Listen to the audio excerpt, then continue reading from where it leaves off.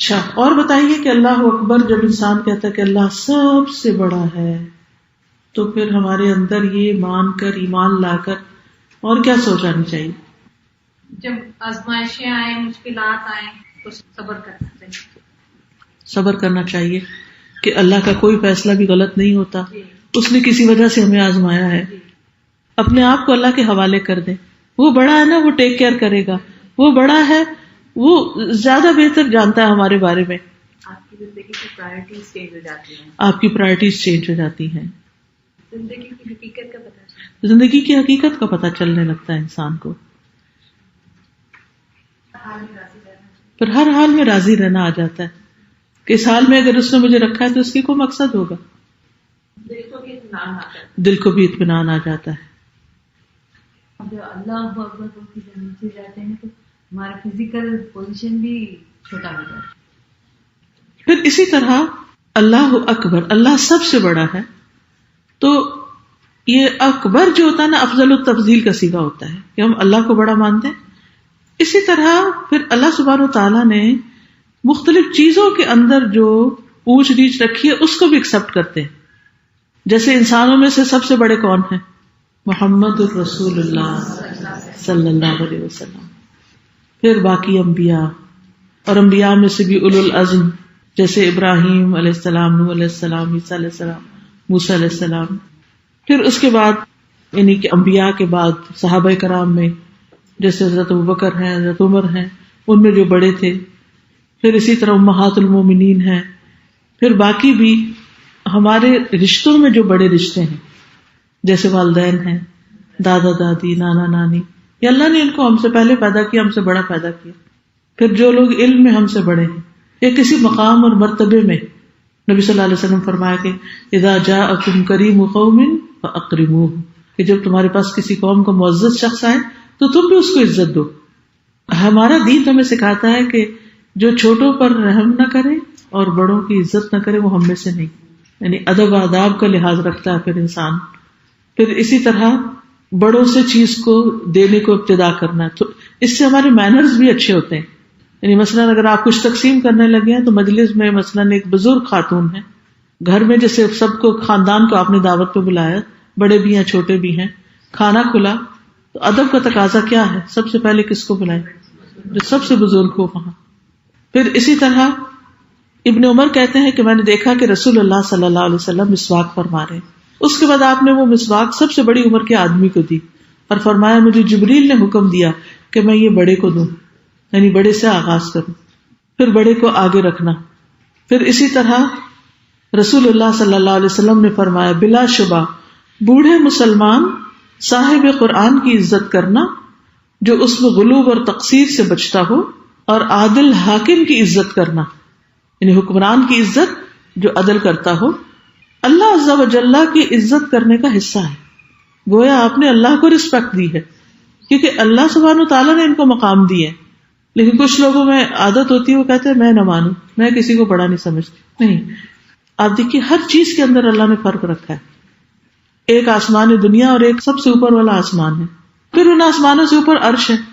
پھر اسی طرح راتوں میں سب سے بڑی رات کون سی ہے؟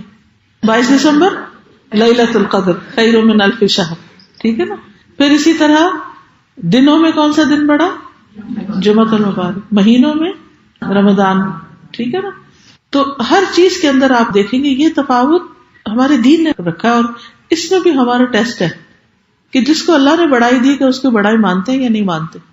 اور وہ ماننا بھی دراصل اللہ ہی کو بڑا ماننا ہے، یہ یاد رکھیے. اور پھر یہ کہ اللہ کی بڑائی بیان کرنا، کثرت سے اللہ اکبر زبان سے بھی پڑھنا اور دل سے بھی سمجھنا. آپ دیکھیے کتنے ہی مواقع ہیں. صبح سب سے پہلے کیا ہوتا ہے؟ اذان ہوتی ہے. اذان کا آغاز کس سے ہوتا ہے؟ کتنی دفعہ ایک اذان میں اللہ اکبر ہوتی ہے؟ 6 دفعہ. پھر پوری نماز میں اللہ کی بڑائی بیان ہوتی ہے. نماز شروع ہوتی ہے اللہ اکبر، ہر رکن پہ جاتے ہوئے ہم کیا کرتے ہیں؟ اللہ اکبر. 2 رکعت والی نماز میں کتنی دفعہ اللہ اکبر کہتے ہیں؟ نماز شروع کرتے وقت ہر رکعت میں 5 تکبیرات، پھر ہر رکعت میں 5 تکبیرات ہوتی ہیں. اچھا 3 رکعت والی نماز میں 17 بار ہوتا ہے، 4 رکعت والی میں 22 دفعہ، 5 فرض نمازیں جو ہوتی ہیں فجر، ظہر، عصر، مغرب، عشاء تک 94، اور اگر ہم سنتیں اور باقی چیزیں پڑھیں تو ایٹ لیسٹ 138 ٹائم ہم دن میں اللہ اکبر صرف نمازوں کے ساتھ کہہ رہے ہوتے ہیں. لیکن اتنی دفعہ کہنے کے باوجود بھی ہم محسوس کیوں نہیں کرتے، روح اور توجہ سے نہیں کہتے؟ کبھی صرف ایک دفعہ بھی نصیب ہو جائے نا ہر نماز کے شروع میں اللہ اکبر، اور اپنے آپ کو انسان چھوٹا سمجھے اور سب سے بڑا وہی، اور پھر اس کی عبادت کرے تو آپ دیکھیں عبادت کی لذت ہی کیسی ہوگی کہ میں بڑے کے آگے جھک رہا ہوں. پھر اسی طرح آپ دیکھیے کہ نماز ختم ہوتی ہے تو پھر ہم کیا کہتے ہیں؟ ایک دفعہ اللہ اکبر کہتے ہیں نماز ختم ہوتی. پھر صبح شام اللہ اکبر پڑھنا 100 بار، یہ 100 غلام آزاد کرنے سے افضل ہے. ہمارے پاس کہاں اتنا مال کہ اب 100 غلام آزاد کریں. یہ ایسے ہی جیسے غلام تو انسان ہوتے ہیں، اگر وہ میرے کو کہے 100 بکرے کو ذبح کرو صبح اور شام تو کر سکتے نہیں. اتنا بڑا اجر و ثواب ہے 100 بار اللہ اکبر کرنے کا. پھر سونے سے پہلے اللہ کی بڑائی بیان کرتے ہیں. سواری پہ بیٹھ کے کیا کہتے ہیں؟ اللہ اکبر 3 دفعہ پڑھتے ہیں.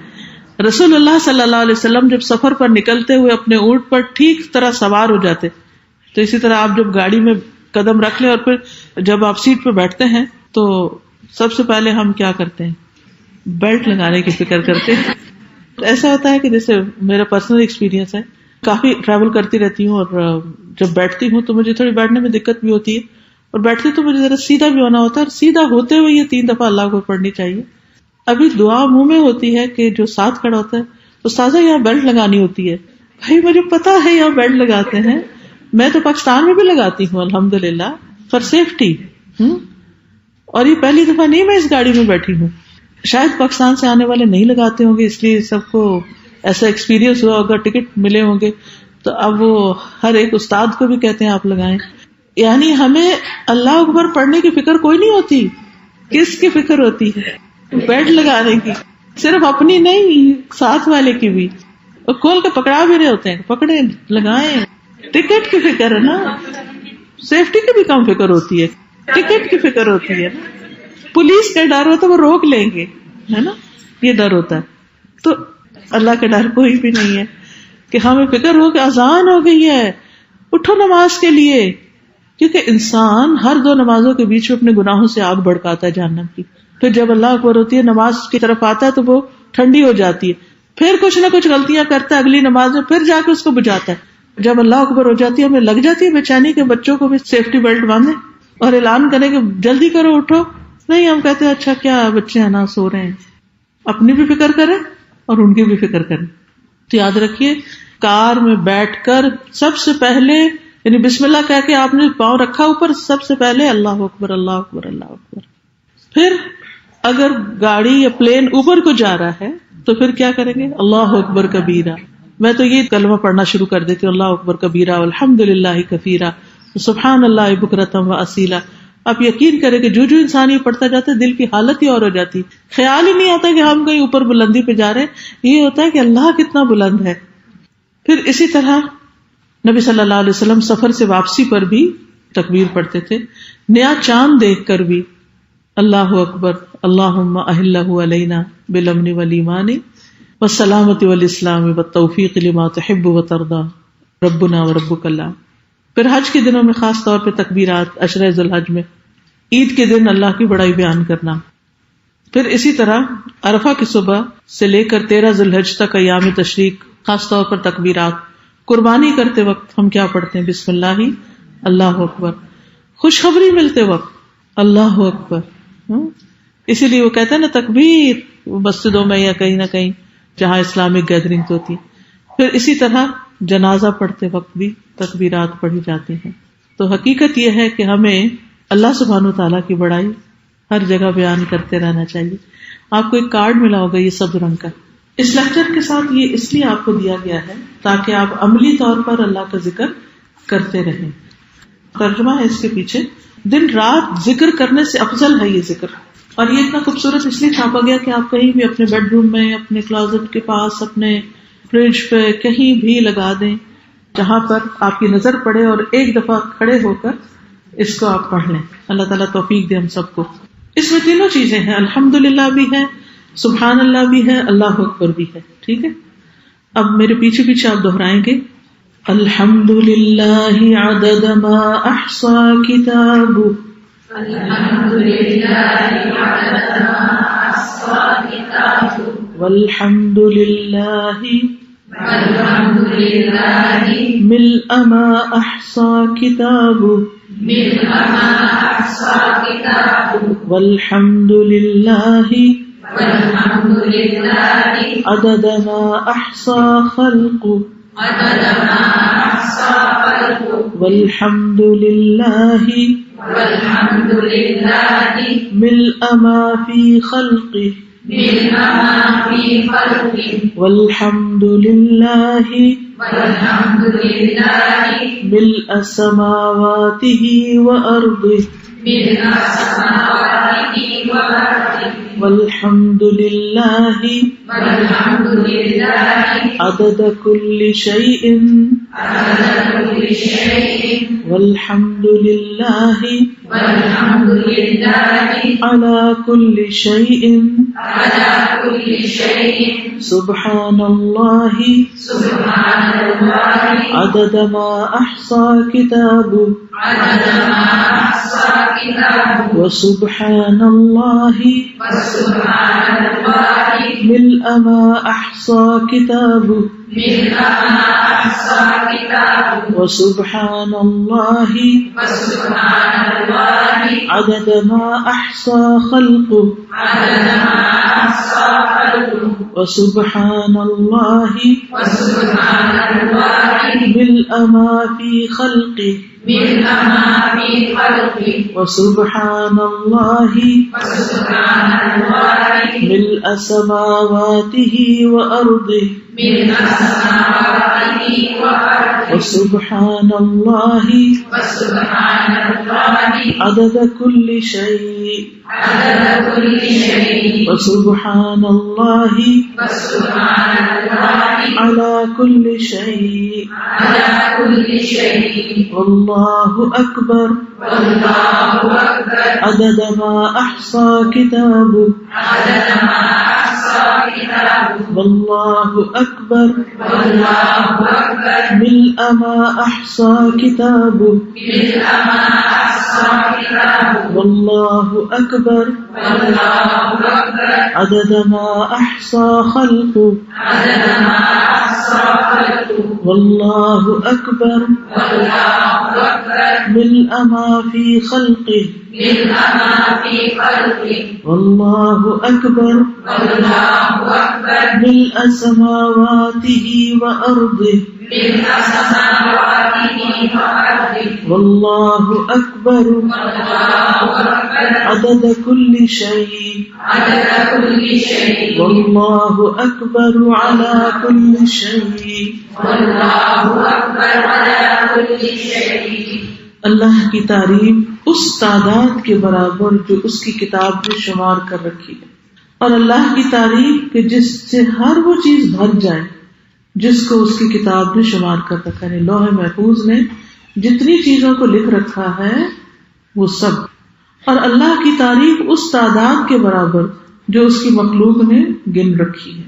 ہم سب گنتیاں کرتے ہیں تو ان سب کے برابر اللہ کی تعریف۔ الحمدللہ، اللہ کی تعریف جس سے ہر وہ چیز بھر جائے جو اس کی مخلوق میں ہے، اور اللہ کی تعریف جس سے ہر وہ چیز بھر جائے جو اس کے آسمانوں اور اس کی زمین میں ہے، اور اللہ کی تعریف ہر چیز کی تعداد کے برابر، اور ہر چیز پر اللہ کی تعریف، اللہ کی پاکی اس تعداد کے برابر جو اس کی کتاب نے شمار کر رکھا ہے، اور اللہ کی پاکی ہر اس چیز سے جس سے ہر وہ چیز بھر جائے جس کو اللہ کی کتاب نے شمار کر رکھا ہے، اور اللہ کی پاکی اس تعداد کے برابر جو اس کی مخلوق نے شمار کر رکھا ہے، اور اللہ کی پاکی کہ جس سے ہر وہ چیز بھر جائے جو اس کی مخلوق میں ہے، اور اللہ کی پاکی کہ جس سے ہر وہ چیز بھر جائے جو اس کے آسمانوں اور اس کے زمین میں ہے، اور اللہ کی پاکی ہر چیز کی تعداد کے برابر، اور ہر چیز پر اللہ کی پاکی، اور اللہ اکبر اس تعداد کے برابر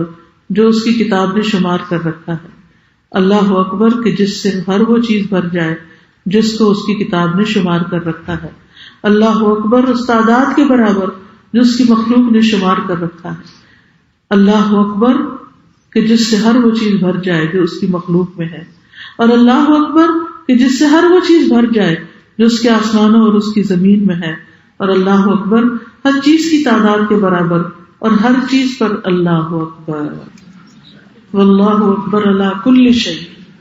کوئی اچھی چیز نظر آئے تو بھی کہ اللہ ہی نے بنائی، اللہ اکبر، اللہ ہی سب سے بڑا ہے. اور کوئی تکلیف ہو تو بھی یہ کہ اللہ ہی کے اذن سے آئی ہے، اللہ اکبر. تو اللہ کی بڑائی ہر حال میں، صبح و شام. ہم میں سے کوئی شخص ایسا نہیں کہ جس کی زندگی میں کوئی مسئلہ نہ ہو، کوئی رکاوٹ نہ ہو. کوئی نہ کوئی کام جو ہم کر رہے ہوتے ہیں تو اس میں رکاوٹیں آ ہی جاتی ہیں، اور اس پر ہم پھر پریشان بھی بہت ہوتے ہیں کہ اب کریں کیا. تو اس سلسلے میں یاد رکھیے کہ استغفار جو ہے، اللہ سے بخشش مانگنا جو ہے، وہ ان رکاوٹوں کو دور کرتا ہے. جو شخص اپنے مال کے لیے پریشان ہے، رزق کی طرف سے پریشان ہے، جو شخص اپنی اولاد کی طرف سے پریشان ہے، شادی نہیں ہو رہی یا بچے پیدا نہیں ہو رہے یا بیٹیاں اور بیٹا نہیں ہے وغیرہ وغیرہ، جن پہ بھی لوگ پریشان ہوتے رہتے ہیں، تو ایسی صورت میں انسان کو استغفار پڑھنی چاہیے. سورۃ نوح میں آتا ہے فَقُلْتُ اسْتَغْفِرُوا رَبَّكُمْ إِنَّهُ كَانَ غَفَّارًا يُرْسِلِ السَّمَاءَ عَلَيْكُمْ مِدْرَارًا وَيُمْدِدْكُمْ بِأَمْوَالٍ وَبَنِينَ وَيَجْعَلْ لَكُمْ أَنْهَارًا مَا لَكُمْ لَا تَرْجُونَ لِلَّهِ وَقَارًا. نوح علیہ السلام کہتے ہیں کہ میں نے اپنی قوم سے کہا فَقُلْتُ اسْتَغْفِرُوا رَبَّكُمْ، اپنے رب سے استغفار کرو، إِنَّهُ كَانَ غَفَّارًا، وہ بہت معاف کرنے والا ہے، تو تمہارے گناہ معاف کر دے گا، آسمان سے خوب بارشیں برسائے گا اور تمہیں مال اور بیٹوں سے مدد دے گا. وَيُمْدِدْكُمْ بِأَمْوَالٍ وَبَنِينَ وَيَجْعَلْ لَكُمْ أَنْهَارًا، اور تمہارے لیے نہریں جاری کر دے گا. یہی تو مسائل ہیں احکام انسان کے. تو اس کے لیے گناہوں کی بخشش پہ جتنی آیات تھیں اور جو احادیث ہمیں ملی دعائیں، وہ ساری جمع کر دی اس کارڈ کے اندر. اور اگر آپ زیادہ پریشان ہیں تو روز پڑھ لیجیے، اگر آپ نہیں تو عام حالات میں بھی کہ اللہ تعالیٰ ہر رکاوٹ اور مشکل سے بچا. اور گناہ تو ہمارے ہوتے ہی ہیں، کیونکہ وہی جیسے ایک روایت میں آتا ہے نا کہ انسان کو ایک رزق دیا جانے والا ہوتا ہے، لیکن وہ کوئی گناہ کرتا ہے جس کی وجہ سے وہ رکاوٹ آ جاتی ہے، یعنی وہ رزق اس سے روک لیا جاتا ہے. تو اس لیے بہت ضروری ہے کہ ہم دنیاوی مسائل کے حل کے لیے بھی اللہ تعالیٰ سے رجوع کریں، ان چیزوں کے ساتھ کریں جو ہمیں نبی صلی اللہ علیہ وسلم نے سکھائے. اب بعض اوقات خود ساختہ وظیفے اپنے اوپر 1000 بار پڑھو، 2000 پڑھو، 5000 پڑھو، آدھی رات کو پڑھو، صبح پڑھو، دوپہر پڑھو، اس طرح کی پابندیاں لگاتے ہیں جو اپنے آپ کو مشکل میں ڈالنے والی بات ہوتی. تو اس کی بجائے آپ کیوں نہ جو کچھ قرآن میں ہمیں دیا گیا ہے، سب سے سچی کتاب اور جو حدیث میں ہے، وہ پڑھیں. خود بھی آپ پڑھ سکتے ہیں، اور آپ کی ایسی دوستیں جو پریشان ہیں ان کو آپ گفٹ بھی کر سکتے ہیں، ان کو یہ بات بھی سمجھا کے جس وقت میں کر رہی ہوں. حدیث میں آتا ہے کہ انسان سب سے زیادہ قریب اپنے رب کے سجدے کی حالت میں، تو اس وقت انسان اپنے رب سے راز و نیاز کر رہا ہے، کیونکہ اس وقت کوئی بھی وہاں بات سننے کے لیے نہیں پہنچتا نا. یعنی یہ نہیں ہوتا کہ آپ سجدے میں پڑھ کے اپنے رب کو پکارے اور کوئی اور سن رہا ہو. یہ بہت ایکسٹریملی پرائیویسی کی کیفیت ہوتی ہے، اور انسان اپنی عاجزی کا اظہار کرتا ہے، ناک اور ماتھا زمین پہ لگاتا ہے اور اپنے رب کو خوش کرتا ہے، کیونکہ اللہ نے بندے کو عبادت کے لیے پیدا کیا، اور جب بندہ عبادت کرتا ہے تو اس سے بندے کی بلندی ہوتی ہے. حدیث میں آتا ہے ہر سجدہ انسان کا درجہ بلند کرتا ہے. جنت میں بلند درجوں والے گھر کس کے ہوں گے؟ جن کے ظاہر نیکیاں زیادہ ہوں گی. نیکیوں میں افضل نیکیاں سجدہ کرنا ہے. اب یہ سجدہ نماز کا سجدہ ہوتا ہے. بیسیکلی نماز کے علاوہ جو نبی صلی اللہ علیہ وسلم نے سجدہ کیا وہ سجدہ شکر ہے، کہ جب آپ کو کوئی نعمت ملی تو آپ نے جہاں تھے وہیں پر ہی آپ زمین پہ سجدہ کیا. یا پھر سجدہ تلاوت، کہ آپ تلاوت کر رہے تھے یا پڑھ رہے تھے یا سنا رہے تھے یا جس طرح بھی، تو جہاں جہاں لوگ تھے وہیں وہیں اپنی اپنی جگہ پر جھک گئے. رہا یہ کہ کبھی کبھی دل چاہتا ہے کہ نماز نہیں بھی پڑھ رہے تو ہم سجدے میں جا کے کچھ دعائیں کر لیں. اس وقت آپ اردو میں کریں، انگلش میں کریں، ڈزنٹ میٹر. لیکن اس سے زیادہ افیکٹو ٹائم سجدے کا، جیسے آپ سنت پڑھ رہے ہیں، نفل پڑھ رہے ہیں، تو آپ کیا کریں؟ دعائیں پڑھیں. اب وہ دعائیں ہمیں یاد نہیں ہوتی. اس کتاب میں ساری قرآنی اور مسنون دعائیں، ساری تو نہیں لیکن اکثر جمع کر دی گئی ہیں کہ جو نبی صلی اللہ علیہ وسلم جیسے مسنون دعائیں جو ہیں وہ آپ نے مانگی. میں عام طور پہ رمضان میں کیا کرتی ہوں، یہ جیسے قبولیت کے اوقات میں، کہ یہ کتاب چھوٹی جو ہے یا اس سے ملتی جلتی جو چھوٹی دعاؤں کی مسنون اوتھینٹک دعائیں، یہ اپنے بیگ میں رکھتی ہوں. جیسے سفر میں آرام سے ہلکی سی بالکل ایک انگلی پہ اٹھا سکتی، اس کو نکالا، پڑھا اور واپس رکھ دیا. یا جیسے تہجد ہے یا پھر ویسے رمضان کی عبادت ہے یا کبھی بھی، تو یہ دعائیں زبانی یاد کر کے ان کا ترجمہ بھی سامنے لکھا ہو، ایک نظر دیکھ لیتی ہوں، پھر کتاب کو ہی رکھ دیتی ہوں، پھر اس سجدے میں یہ دعائیں پڑھ لیتی ہوں، پھر اس کے بعد اگلا پیج کر لیا، اس میں سے جو دعا یاد ہے وہ اگلے میں پڑھ لی، اگلے میں پڑھ لی، اس طرح یہ ساری دعائیں پڑھی جاتی. پھر رہ گیا کچھ لوگ سوال کرتے ہیں کہ کیا قرآنی آیات یعنی قرآنی دعائیں بھی سجدے میں پڑھ سکتے؟ اس کے بارے میں قرآن پڑھنا تو سجدے میں منع ہے، لیکن اگر کوئی قرآنی دعا پڑھ رہے ہیں تو وہ دعا پڑھ سکتے ہیں. ٹھیک ہے، تو اس سے نماز میں خلل نہیں ہوتا. لیکن ویسے ہینڈی کتاب ہے، حج عمرے پہ لوگوں کو بانٹنی بھی چاہیے، دینی چاہیے، صدقہ جاریہ کے طور پر انسان کو فائدہ دیتی. اسی طرح لا تقنطوا من رحمت اللہ، کچھ لوگ سوئسائڈل ہوتے ہیں، کچھ لوگ اور اس طرح کی پریشانیوں کا شکار ہوتے ہیں، تو ان کو یہ دعاؤں کا چھوٹا سا کارڈ دیا جا سکتا ہے. اسی طرح توبہ کا ایک یہ چھوٹا سا کارڈ بھی ہے جس میں چند ایک دعائیں لکھی گئی ہیں. اور بیمار ہو اگر تو اس کے لیے یہ دعائیں ہیں چھوٹے سے کارڈ پہ، آیات شفا. اور یہ جو رقیہ شرعیہ ہے نا، آپ نے نام سنا کبھی؟ کس کے لیے ہوتا ہے رقیہ شرعیہ؟ نظر، جادو، جنات، شیاطین، سحر، یہ ساری چیزیں جو ہیں اس کے علاج کے لیے یہ رقیہ شرعیہ، اس میں قرآنی آیات بھی ہیں اور نبی صلی اللہ علیہ وسلم سے جو ثابت شدہ دعائیں ہیں. اگر کسی کو بھی یہ شک ہے کہ اس کو نظر لگی ہوئی ہے، حسد ہے، کچھ ہے، تو آپ اس کو نماز کے وقت خاص طور پر جیسے اذان کے بعد دعا قبول ہوتی ہے، آپ مسجد گئے ہیں، چپ کر کے بیٹھے ہیں، اذان ہو سنیں اور اس کے بعد کھول کے اپنے بیگ میں سے نکال کے اپنا سارا رقیہ پڑھ کے اپنے اوپر دم کر لیں. اسی طرح تہجد کے وقت اللہ تعالیٰ آسمانی دنیا پر ہوتے ہیں، بندوں کی طرح متوجہ ہوتے ہیں، تو اس وقت پڑھ لیں، تو انشاءاللہ بڑی سے بڑی جو مصیبت ہے بیماریوں کی اللہ تعالیٰ اس کو دور فرمائیں گے. اسی طرح بہت سے لوگ آتے ہیں اور استخارے پہ سوال کرتے ہیں کہ استخارہ کیسے کریں، کیا کریں، کتنا پڑھیں، کون سی دعا پڑھیں. تو اس کی دعا بھی ہے اور اس کا پورا طریقہ بھی ہے، کب، کیوں، کیسے. تو یہ آپ خود بھی اور دوسروں کو بھی اس سے فائدہ پہنچا سکتے. ایک اور کتاب ایاک نستعین، صرف تجھ سے ہم مدد چاہتے ہیں. یہ کتاب بھی اس میں جو ٹاپکس ہیں وہ بہت ہی بہترین ہیں کہ یہ چھوٹے چھوٹے مسائل جو ہمیں لگے رہتے ہیں نا، مثلا میت کی بخشش کی دعا ہے، بیمار کے پاس پڑھی جانے والی دعائیں ہیں، گناہوں کی بخشش کی دعائیں بھی اس میں کچھ ہیں، ساری تو نہیں جو اس کارڈ میں لیکن کچھ ہیں، مقبول دعائیں ہیں، دعا استخارہ بھی لکھی ہوئی ہے اس کے اندر. پھر اسی طرح نماز کے بعد کی کچھ دعائیں، پھر نظر لگنے پہ، جادو کے اثرات، جن، سوتے ہوئے اگر ڈرتے ہوں، پریشان خواب آتے ہوں، کوئی دشمن پیچھے لگا ہوا ہو، پھر اسی طرح کوئی بیمار ہو، پھر صبح شام حفاظت کے جو اذکار ہیں یہ سارے اس میں. اور میں سمجھتی کہ ہر گھر کی ضرورت، وسوسوں کا شکار، اکثر لوگ مجھ سے آ کے سوال کرتے تھے کہ وسوسوں کی علاج کیسے کریں، تو اس کی بھی دعائیں اس میں موجود ہیں. ان دعاؤں کو بھی انسان کو یاد بھی کرنا چاہیے اور ہمیشہ اللہ سبحانہ وتعالیٰ سے ہی مدد لینی چاہیے. اسی طرح اللہ تعالیٰ کے ناموں کا کارڈ ہے یہ. پھر رسول اللہ صلی اللہ علیہ وسلم کے معمولات اور معاملات کیا ہیں، ساری نبی صلی اللہ علیہ وسلم کی سیرت سے ہمیں فائدہ اٹھانا چاہیے. لیکن بہت سے لوگ صرف ربیع الاول میں ہی اس طرح متوجہ ہوتے ہیں، تو آپ ان کو یہ کتاب دے سکتے ہیں کہ وہ اس کو پڑھیں اور اس کے مطابق اپنے اخلاق اور سیرت کو زیادہ بہتر سنواریں. پھر اسی طرح یہ پروٹیکشن کی دعائیں ہیں، پھر یہ نظر اور تکلیف کی دعا ہے، پھر تسبیح پڑھنے کے فائدے، یہ جو آج سبحان اللہ الحمدللہ، اس کی اور بھی ورژنز ہیں اور اس کے فائدے قرآن مجید میں آتا ہے وَلَقَدْ نَعْلَمُ أَنَّكَ يَضِيقُ صَدْرُكَ بِمَا يَقُولُونَ. ہمیں یقیناً معلوم ہے کہ آپ کا دل تنگ ہوتا ہے ان باتوں سے جو لوگ کرتے ہیں. یہ اللہ کے رسول ہیں کہ لوگوں کی باتوں سے ان کا دل تنگ ہوتا تھا. ہمارا بھی تنگ ہوتا ہے جب کوئی بلا وجہ تنقید کرے، خواہ مخواہ کی بات کرے، کوئی ایسی بات کر جائے جو دل کو پریشان کر جائے. اس کا علاج تسبیح کرنا ہے.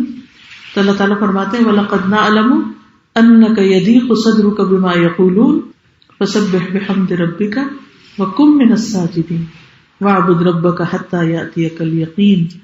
کہ آپ کیا کریں، اپنے رب کی حمد کے ساتھ اس کی تسبیح بیان کریں اور سجدہ کرنے والوں میں شامل ہو جائیں اور اپنے رب کی عبادت کریں جب تک کہ آپ کی موت نہ آ جائے. اس سے پتہ چلتا ہے کہ تسبیح جو ہے وہ انسان کو بہت فائدہ دیتی ہے. تو جب دلوں کی تنگی ہو تو اس کی تسبیح کریں. پھر انسان کو یہ ڈر رہتا ہے کہ جو نعمتیں اللہ نے مجھے دی کہیں چھن نہ جائیں، کبھی کہتا ہے کسی کی نظر نہ لگ جائے، کبھی کچھ کبھی کچھ. قرآن مجید میں آتا ہے لئن شکرتم لازیدنکم، اگر تم نے شکر ادا کیا تو میں ضرور تمہیں زیادہ دوں. تو اس کے لیے الحمدللہ کے اوپر کارڈ بنایا گیا کہ جتنی بھی قرآنی آیات اور احادیث وغیرہ سے ثابت ہے، تو ساری آیات تو نہیں لیکن چند ایک کا ذکر اور پھر اللہ کی حمد کی کلمات ہیں. اسی طرح یہ اور کچھ اذکار کے کارڈز ہیں. تو ان دعاؤں کے پڑھنے سے انشاءاللہ آپ کی ساری مشکلات اور پریشانیاں اور دکھ درد دور ہوں گے، اور ان کی پابندی اور صرف اللہ ہی سے مانگنا جو ہے بہت ضروری. آپ یہ بھی کر سکتے ہیں کہ یہ جیسے کارڈ ہے نا، یہ الحمدللہ کا ہے، یہ تسبیحات کا ہے، یہ استغفار کا ہے، یہ سب ایک سائز کے بنائے گئے. ان سب کو ایک چھوٹی سی باسکٹ یا باکس میں رکھ کے اپنے جہاں نماز پڑھتے ہیں آپ وہاں رکھ لیں. ایک دن ایک پڑھ لیں، دوسرے دن دوسرا، تیسرے دن تیسرا. جیسے رمضان ہے تو ایک فجر کی نماز کے ساتھ ایک ظہر اور ایک عصر. یہ صرف ترتیب ہے، یہ لازم نہیں کہ آپ اسی طرح پڑھیں جیسے آپ کا دل چاہے پڑھیں، لیکن صرف میں آپ کو پریکٹیکل ٹپ دے رہی ہوں کہ جس میں آپ پھر مس نہیں کرتے. جیسے میں اور میرے ہسبینڈ جو تھے، ہم صبح کے وقت جیسے صبح پانی پینا ہوتا ہے، شاید پانی وغیرہ، تو جیسے 2 کارڈ رکھے ہوئے تھے. ایک دن میں ایک کارڈ ان کے آگے رکھ دیتی اور دوسرا اپنے آگے، پھر ایکسچینج کر لیتے. ایک دن وہ استغفار کرتے اور میں الحمدللہ، ایک دن میں استغفار. اس طرح ایکسچینج کر کے پھر سارے گھر والوں کو بھی ساتھ پڑھنا ہے. اپنے اسٹوڈینٹس کو اگر آپ کلاسز لیتے ہیں تو ان میں سے بھی ہر ایک کو لگائیں. دیکھیے اللہ کا ذکر جو ہے، اس کی جو فضیلت ہے اور اس کی جو برکت ہے، اس سے بعض اوقات ہم غافل ہوتے ہیں. اس پر ایک حدیث آپ کو سنا دیتی ہوں کہ نبی صلی اللہ علیہ وسلم نے فرمایا، کیا میں تمہیں ایسے عمل کی خبر نہ دوں تو تمہارے اعمال میں سب سے بہترین ہے، جو تمہارے مالک کے نزدیک پاکیزہ ترین ہے، جو تمہارے درجات کو سب سے بلند کرنے والا ہے، جو تمہارے لیے سونا اور چاندی خرچ کرنے سے بہتر ہے، اور تمہارے لیے دشمن سے لڑنے سے بہتر ہے کہ تم ان کی گردنیں مارو اور وہ تمہاری. انہوں نے عرض کیا ضرور بتائیے. آپ نے فرمایا اللہ کا ذکر. تو ہمیں اپنی زندگی کا ایک وقت ضرور اللہ کے ذکر کے لیے نکالنا چاہیے. تو بعض اوقات وقت ہوتا ہے اور ہمیں نہیں پتہ چلتا کہ ہم کیا ذکر کریں کیا نہ کریں. تو یہ کارڈ جو ہیں اس کے لیے پھر انسان کو فائدہ دیتے ہیں، اور خاص طور پر چونکہ اوتھینٹک ہیں تو بے فکر ہو کے انسان پڑھ سکتا ہے. معاذ کہتے ہیں کہ ذکر الہی سے زیادہ کوئی چیز اللہ کے عذاب سے نجات دینے والی نہیں. یعنی جو اللہ کے عذاب سے بھی ڈرتا ہو اس کو بھی کیا کرنا چاہیے؟ اللہ کا ذکر کثرت سے کرنا چاہیے. اللہ تعالیٰ ہمیں اس کی توفیق عطا فرمائے. اکثر بچوں کو نظر لگ جاتی ہے. جی ہاں. تو بچوں کو نظر اتارنے کا صحیح طریقہ کیا ہے؟ ابھی جیسے آپ نے بتایا کہ ہم اپنے لیے پڑھ لیں اور اپنے بچے، ہمیں پتہ ہے کہ بچوں کو لگ گئی، تو اس کے لیے بیسٹ طریقہ کیا ہوگا؟ دیکھیے یہ جو شفا کا کارڈ ہے نا، گرین کلر کا، آیات الشفا، اس کے آخر میں آپ دیکھیں یہ آخری پیج جو ہے نا، یہ بچوں پہ پڑھ کے دم کرنے کا ہے. رائٹ؟ امسح البأس رب الناس بیدک الشفا لا کاشف له الا انت بسم اللہ ارقیک من کل شیء یؤذیک من حسد حاسد ومن کل عین اللہ یشفیک. اس میں کیا ہے؟ ہر بری نظر سے اللہ آپ کو شفا دے. ٹھیک. اگلی بھی اسی طرح بشر کل ذی عین او عین حاسد، حاسد کی نظر سے. یہ نظر اتارنے کا بھی بہترین طریقہ ہے. رائٹ؟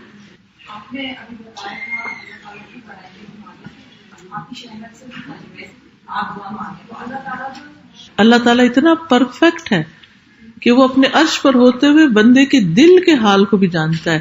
یعنی منہ سے نکلی ہوئی بات تو دور، وہ سب سے زیادہ قریب بھی ہے.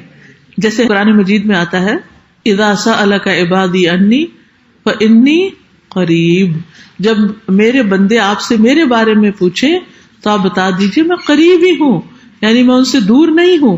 اجیب دعوت الداعی اذا دعانی، میں جواب دیتا ہوں پکارنے والے کی پکار کا جب وہ مجھے پکارتا ہے، یعنی میں اس کی بات سنتا ہوں. حضرت عائشہ کہتی ہے کہ ایک عورت اپنے شوہر کی شکایت لے کے نبی صلی اللہ علیہ وسلم کے پاس آئی. وہ گھر کے ہی ایک کونے میں آپ سے بات کر رہی تھی اور مجھے نہیں سمجھ آ رہی تھی کہ کیا کر رہی ہے.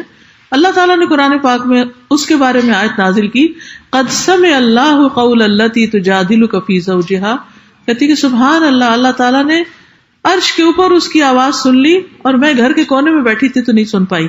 تو اللہ تعالیٰ عرش پہ ہوتے ہوئے بھی کوئی چیز اس سے رکاوٹ نہیں کہ وہ ہماری بات سنے یا ہمیں تسلی دے یا ہمارے اوپر خبر رکھے یا نظر رکھے.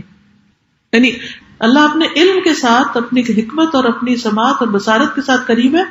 یعنی اس کا مطلب نہیں کہ ہمارے ساتھ بیٹھا ہوا ہے، یہ نہیں سوچنا چاہیے، اس کو قرب محسوس کرنا چاہیے.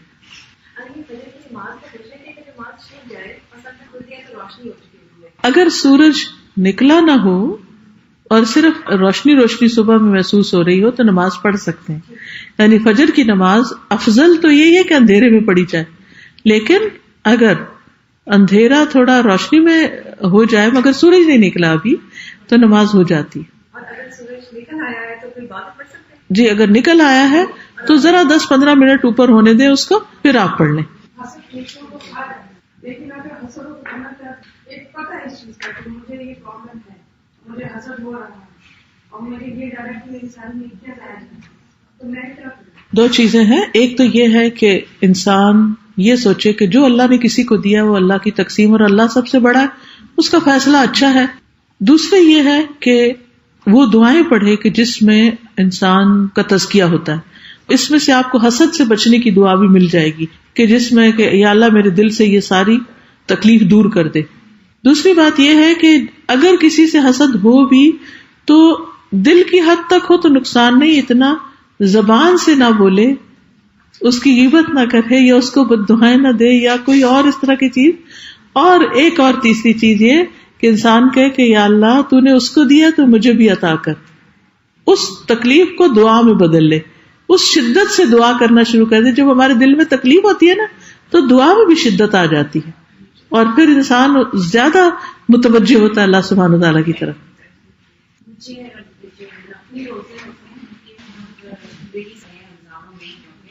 لیکن یہ 6 شوال کے روزے رکھ رہے ہیں وہ آپ رکھتے ہیں تو آپ کو آپ کے وہ کور ہوتے ہیں اس میں یا آپ کو وہ پہلے کا؟ ان کا سوال یہ ہے کہ خواتین کے رمضان میں پیریڈز میں روزے چھٹ جاتے ہیں، اب ان کو قضا رکھنی ہوتی ہے.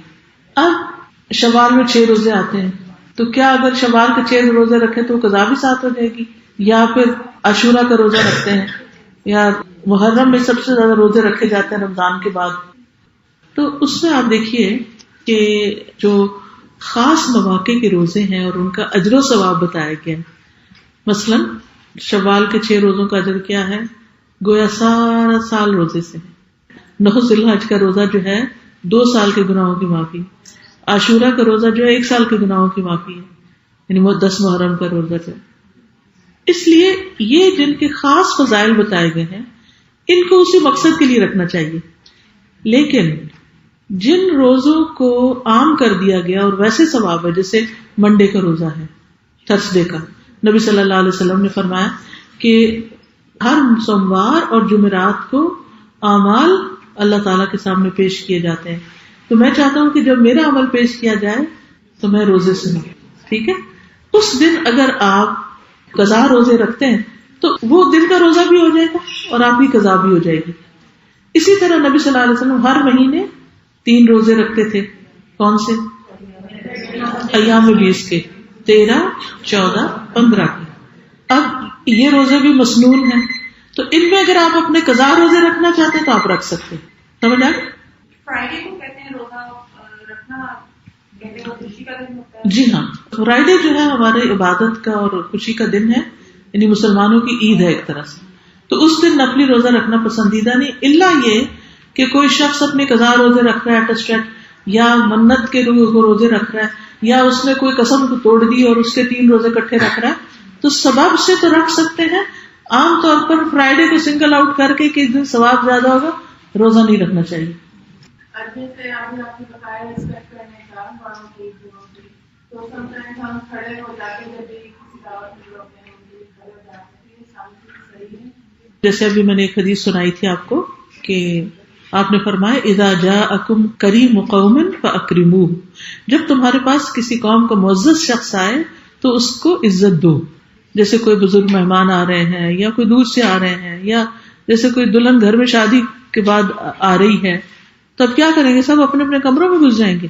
اب وہ خود ہی اکیلی اندر آ جائے گی اور بیٹھ جائے گی، اس کو پوچھے گی کہاں بیٹھنا. تو نہیں، کیا کرتے ہیں؟ استقبال منع نہیں ہے. اور استقبال بیٹھ کے کرتے کہ کھڑے ہو کے کرتے ہیں؟ کھڑے ہو کے کرتے، کوئی حرج نہیں. ہاں، جو چیز منع ہے وہ یہ کہ انسان ڈیمانڈ نہ کرے اور انسان مائنڈ نہ کرے کہ تم اٹھے کیوں نہیں، وہ اپنے لیے اٹھوائے لوگوں کو، یہ ٹھیک نہیں. اگر کوئی آیا ہے، کوئی کھڑے ہو کے مل رہا ہے، کوئی بیٹھا ہوا ہے، تو اس کو مائنڈ نہیں کرنا چاہیے جو آنے والا ہو. میرے بچے سے ایک ٹیچر نے سوال کیا تھا کہ کلاس دنیا میں جتنے بھی مذہب ہیں جیسے یہ کرسچن ڈابی ہندو مسلم لوگوں کے پاس کیا ایسا ثبوت ہے کہ آپ ثابت کرو آپ کا مذہب سب سے اچھا ہے؟ کیونکہ وہ کہتے ہیں آپ جو باتیں بھی سنتی پڑھنی ہوتی ہیں یا پھر پیرنٹس جو آپ کو بتاتے ہیں. تو اس کے بعد بچے نے یہ بھی سوال کیا کہ وہ کوئی ایسی چیز ایسی جو ہمارے مذہب میں ہو جس سے ہمیں لگے کہ ہمارا مذہب بہت مضبوط. سب سے پہلی بات تو یہ ہے کہ کسی بھی مذہب کی بنیاد تاریخ پر ہے نا، تو وہ تاریخ صحیح بھی ہو سکتی، وہ تاریخ صحیح نہیں بھی ہو سکتی، لیکن ہمارے مذہب کی بنیاد جو ہے وہ قرآن اور سنت پر ہے.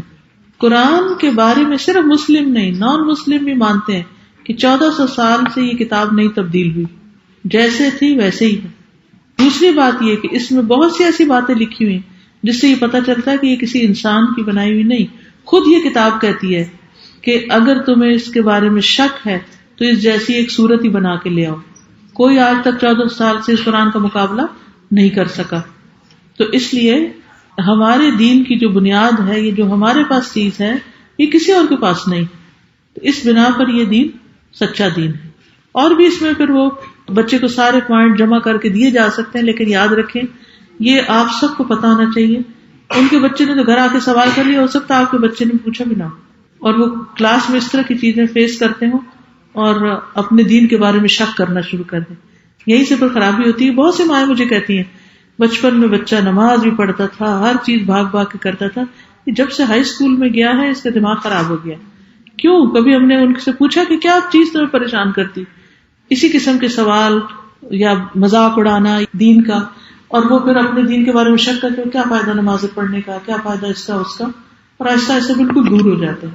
ٹھیک ہے، ہم سب کو پتا ہونا چاہیے کہ ہم اپنی اس کتاب کو کیوں مانتے ہیں، ہم مسلمان کیوں ہیں. ہم صرف بائی برتھ مسلمان نہیں، ہم سب کو کانشیسلی مسلمان ہونے کی ضرورت ہے. میرا سوال یہ ہے کہ ہمارے بہت سے قابل تمام اسکالرس ہیں اور ان کے بارے بہت زیادہ ہے، اور بہت سی ویڈیوز یوٹیوب پہ ہیں، لوگ ان کو مانتے ہیں، انہوں نے بہت کام کیا ہے. مگر جب ان کا کوئی لیکچر ہوتا ہے تو کچھ لوگ ہمیں سے کہتے ہیں کہ انہوں نے کسی کوئی کورس نہیں کیا ہے یا کسی والدہ کا نہیں کیا ہے، اس طرح کا کچھ بھی ان کے پاس ڈگری یا سرٹیفکیٹ ایسی چیز نہیں ہے. تو اس وجہ سے وہ اس طرف ان کی بات سننا نہیں چاہتے ہیں، ان کے لیکچر میں آنا نہیں چاہتے. اور وہ یہ سوال کسی اور کے بارے میں کیا ہوگا، میرے بارے میں لوگ کہتے ہیں کہ میں کسی مدرسے سے نہیں پڑھی ہوئی. میں نے آپ کا نام لے لیا، میں نے جب لوگوں کو بتایا اور مجھے یہ سننے کو ملا اور میں نے اپنے بات کے جواب دیا ان کو، تو میں آپ کے منہ سے سننا چاہتی ہوں کہ ایسے لوگوں کے ساتھ ہم کیا معاملہ ہے. اصل میں ہر ایک نے، ہمارے ہاں افسوس کی بات ہے کہ مسلمانوں کے اندر ہر ایک نے اپنے لیے خاص ایک معیار قائم کر لیا ہے کہ جو اس کرتے میں فٹ آئے گا. جیسے دنیاوی اعتبار سے ہوتا ہے نا، جیسے اگر آپ کو ایئر ہوسٹس بننا ہے یا پولیس میں جانا ہے کچھ، تو آپ کو مخصوص چیز میں فٹ آنا چاہیے، یعنی ایک خاص سائز کے اندر فٹ ہوں گے تو آپ کو یہ جاب ملے گی. اگر آپ سائز میں فٹ نہیں آتے تو آپ کو وہ جاب نہیں ملے گی. بالکل اسی طرح دین کے معاملے میں بھی کچھ لوگوں نے جو ان کے علماء اور درویش اور بزرگ کہتے ہیں اسی کو انہوں نے حرف آخر بنا لیا اور اس سے باہر وہ نہیں نکلتے. اب آپ دیکھیے کہ جو بڑے بڑے جتنے بھی فرقے ہیں ہمارے مذہب میں، ان سب نے اپنے جو فالوورز ہیں ان کو اسی طرح پکڑ کے رکھا ہوا کہ دوسرے لفظوں میں ہمارے علاوہ کسی اور کی بات نہیں سننی. اب ایک عام بندہ جو ہے وہ پھر اسی کے اندر ہی مقید ہو کے رہ جاتا ہے. اب میں سمجھتی ہوں جب تک آپ کسی کی بات سن نہ لیں اس وقت تک کسی دوسرے کی بات پر یقین نہ کریں. ویسے میرا ہی معاملہ، جو لوگ آئے ہو سکتا ہے آپ میں سے اوروں نے بھی یہ بات سنی ہو، آپ آئے ہیں اس وقت تک میں آپ کو جو کچھ بتا رہی ہوں وہ کیا میں اپنی باتیں بتا رہی ہوں یا احادیث اور قرآن کے ریفرنس سے بتا رہی ہوں. میں نے اس طرح کے اشتہار نہیں دیے ہوئے کہ میں نے اس سے پڑھا، میں نے اس سے پڑھا. ٹھیک ہے، میں مدرسے کی پیداوار نہیں ہوں، میں ریگولر اسٹریم میں پڑھی ہوں، اسکول، کالج، یونیورسٹی، اور اس کے ساتھ ساتھ گھر پہ اور اس مخصوص استادوں سے میں نے تعلیم حاصل کی ہے، یعنی باقاعدہ یہ دین پڑھا ہے اور اس کے بعد پڑھانے لگی ہوں اور اب تک پڑھتی رہتی ہوں. الحمدللہ میرے والد بھی ایک اسکالر تھے، میرے سسر کے والد، ان کے والد، پھر میرے شوہر. الحمدللہ خاندان کے اندر اللہ نے ایسے لوگ عطا کیے کہ جن سے مجھے بہت کچھ سیکھنے کا موقع ملا. اس کے علاوہ دیگر اسکالر سے بھی پڑھنے کا موقع ملا. مختلف ملکوں میں جا کے پڑھنے کا موقع ملا، اسلامی ممالک میں، جارڈن، ایجپٹ، سیریا، سعودی عربیہ، ٹرکی، مختلف جا کے اسکالر سے ملی اور پڑھا. میں نے ان چیزوں کو اپنے لیے کوئی بڑی شان کی چیز نہیں بنایا، لیکن جس چیز سے مجھے واقعی ایک اللہ کے فضل سے خوشی ہوتی ہے وہ یہ کہ میں نے جب قرآن پڑھا اپنے والد سے، خود سے میں نے نہیں پڑھا، اپنے والد سے پڑھا، اور وہ باقاعدہ ایک مدرسے کے فارغ التحصیل تھے. اگر میں مدرسے چلی جاتی تو میں دنیا کی ایجوکیشن نہیں لے سکتی تھی. تو انہوں نے کیا کیا کہ جو پڑھا اس کو سمرائز کر کے گھر میں پڑھانے کی کوشش کی. گرامر ہے، فارسی ہے، شعر و ادب ہے، اس طرح کی چیزیں، اور ساتھ ہمیں اسکول کالج ریگولر بھیجا تاکہ ہم دنیا کو فیس کر سکیں.